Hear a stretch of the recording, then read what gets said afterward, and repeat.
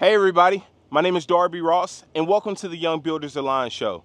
I'm your host and today we're out in Oakland, Tennessee, beautiful part of Tennessee, and we're doing a remodeling for a backyard deck and addition.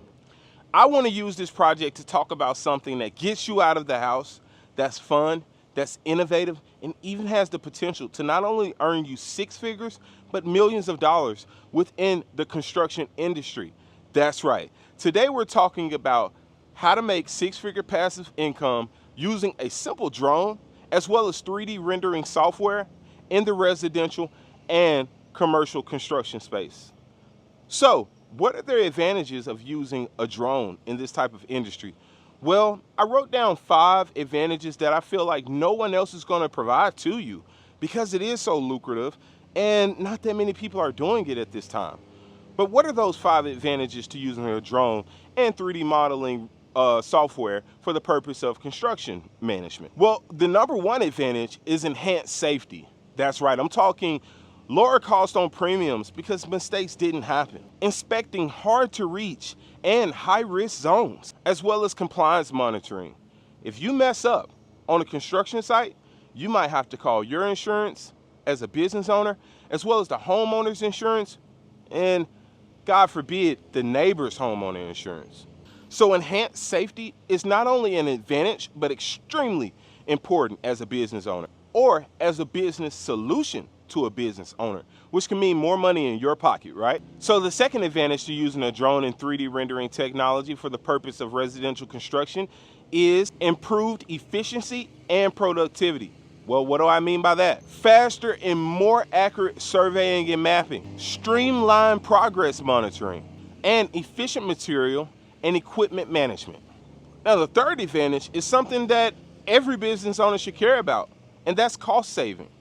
When I say cost saving, I mean reduce labor costs, minimizing the days that we have to rework and tell the client that there will be a delay. Doing this can also help you provide and sustain better budgeting and resource allocation, as well as, again, lower premiums. So we want to save those costs in order to increase our bottom dollar, correct? So the fourth advantage to using drones and 3D rendering software in construction, well, it's enhanced communication and documentation.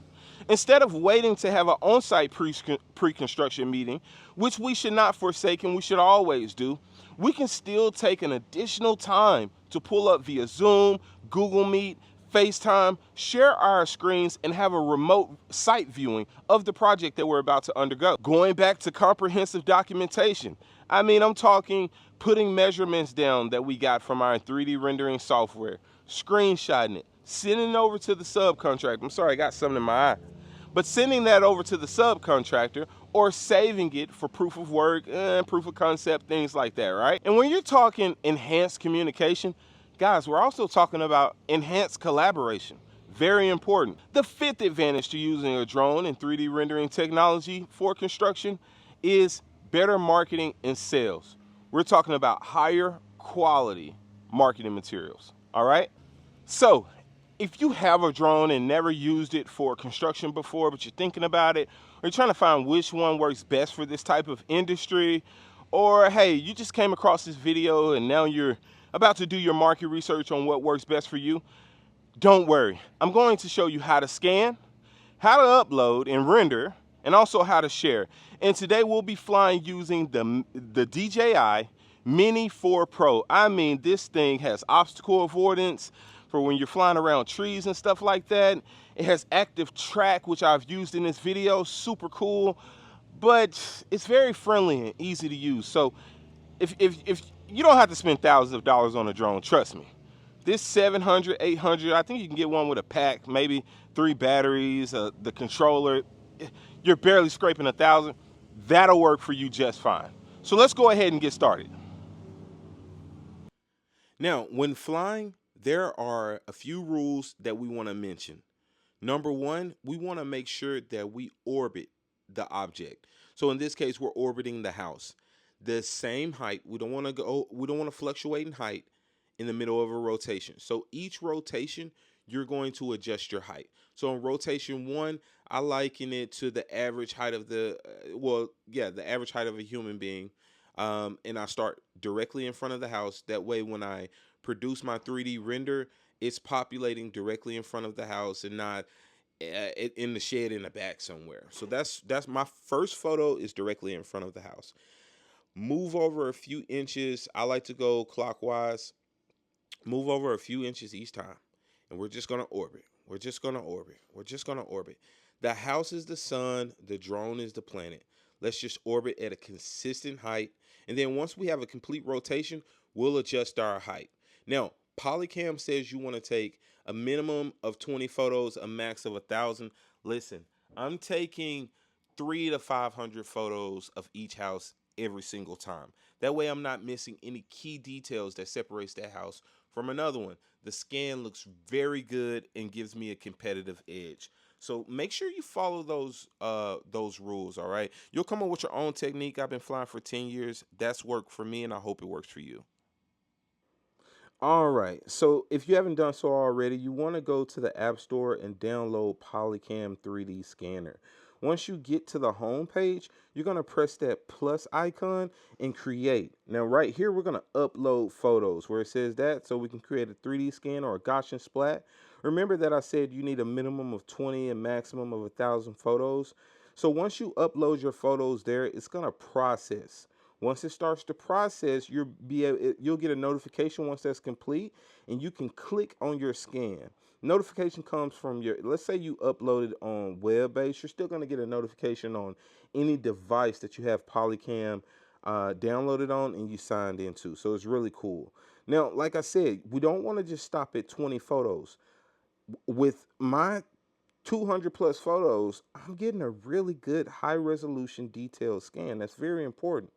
So on this project, I spoke to you a little bit about it, but just to tell you a little bit more, the client called us because a few months ago, they hired another contractor to construct them a deck. In addition, the guy didn't complete the job, and he did a really bad job on it. Used material and equipment that he didn't need to use, which made our job harder, but that's no problem. We're not complaining. Something else I want to mention to you guys is look at how detailed that scan is. Now, what I like to do is I like to do everything on site. So I use the client's Wi-Fi or I use Starlink and I upload my data, transfer it over to Polycam. It has to upload to Polycam. So I need internet for this. Instead of waiting to get home and finding out I had a bad scan, like I said, I like to process my render right there on demand. So if I need to reshoot, I can. So the last thing I want to show you all is the measurements portion. I spoke about that a little earlier.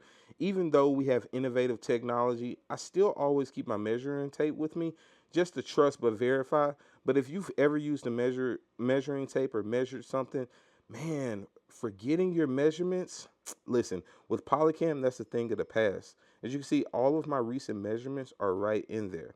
But the client said, hey, I also want you to take this old fence down for me. So I'm able to re-meet with my subcontractor, get him those measurements, and then send him a screenshot. Hey, how much would this cost? All right, well, look, y'all, I got to get back to work, but I hope that you found this video very informative. Make sure that you comment any questions that you may have and let us know where you're watching from. Make sure that you tell others about this channel, hit the share button, subscribe to the channel, turn the notifications on, click on all so you don't miss anything. Because we're rocking on ready, set, and on go, baby. I know the channel is called the Young Builders Alliance. That's for young professionals that's looking to get in this industry, so it's not so intimidating. But do know, just because it says Young Builders Alliance doesn't mean it's an age limit on here. In fact, we want industry experts that's been doing this a long time to let us know that what we are doing is good or what we're missing and what we can learn from them. So again, like, comment, share, subscribe, and I will see you in the next video.